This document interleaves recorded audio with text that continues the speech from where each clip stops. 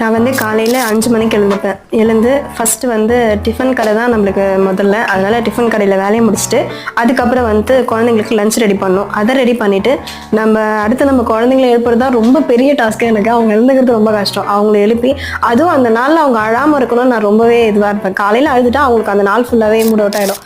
அதனால் குழந்தைங்களை கொஞ்சம் நேரம் சிரிக்க வச்சு விளையாட வச்சு அவங்க கூடவே எழுந்து அந்த குழந்தைங்க எழுப்பும்போது என் ஹஸ்பண்டையும் நான் எழுப்பணும். ஏன்னா அவரும் தூங்குவாங்க.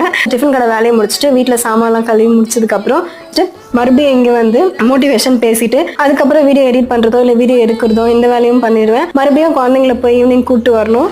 இதை கூப்பிட்டு வந்ததுக்கு அப்புறமா குழந்தைங்களை இங்கே கொஞ்ச நேரம் உட்கார வச்சு அவங்களுக்கு வந்து உடனே நம்ம படிக்க வைக்க முடியாது. அதனால அவங்க கூட கொஞ்சம் டைம் ஸ்பெண்ட் பண்ணோம்.